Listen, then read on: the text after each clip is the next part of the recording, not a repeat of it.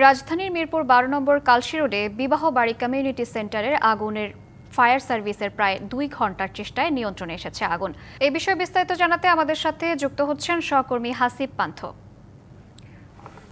পান্থ, আগুন তো নিয়ন্ত্রণে এসেছে, ক্ষয়ক্ষতি ও সূত্রপাত সম্পর্কে আরো কি কিছু জানতে পেরেছেন, জানাবেন আমাদের। ধন্যবাদ শ্রাবন্তী। আপনি যেমনটি বলছিলেন, আমি এই মুহূর্তে অবস্থান করছি মিরপুর কালশীতে, যেখানে বিবাহ বাড়ি কমিউনিটি সেন্টার, যেখানে আগুন লেগেছিল প্রায় 10টার ঘটনা আমি আগের নিউজে বলেছিলাম।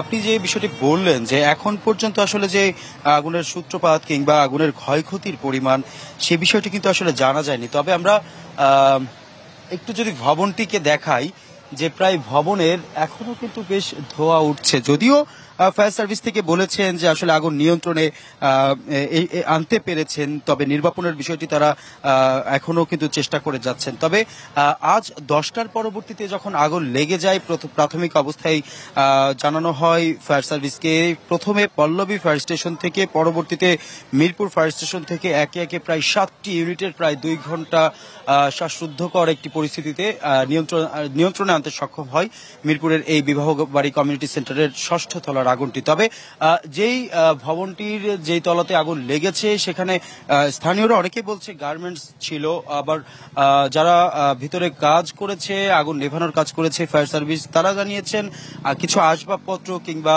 কাপড় কিংবা তারা কিছু কাগজপত্র এমনটি পেয়েছেন।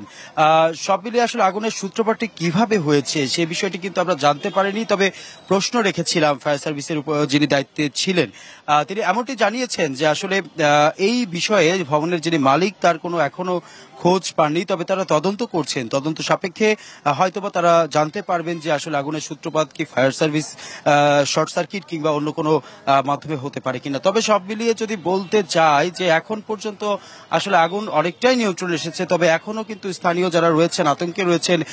কেননা আপনি হয়তোবা জানেন যে বেশ কিছুদিন আগেও কিন্তু মিরপুরের একটি কারখানাতে কিন্তু আগুন লেগে যায় এবং অনেক প্রায় হতাহতের একটি ঘটনা ঘটে। পরবর্তীতে দেশের গুরুত্বপূর্ণ একটি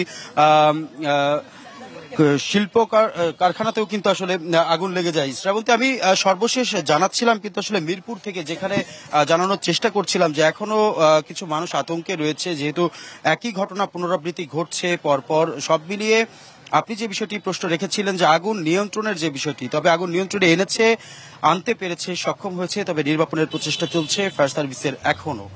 ধন্যবাদ পান্থ, আপনাকে ধন্যবাদ।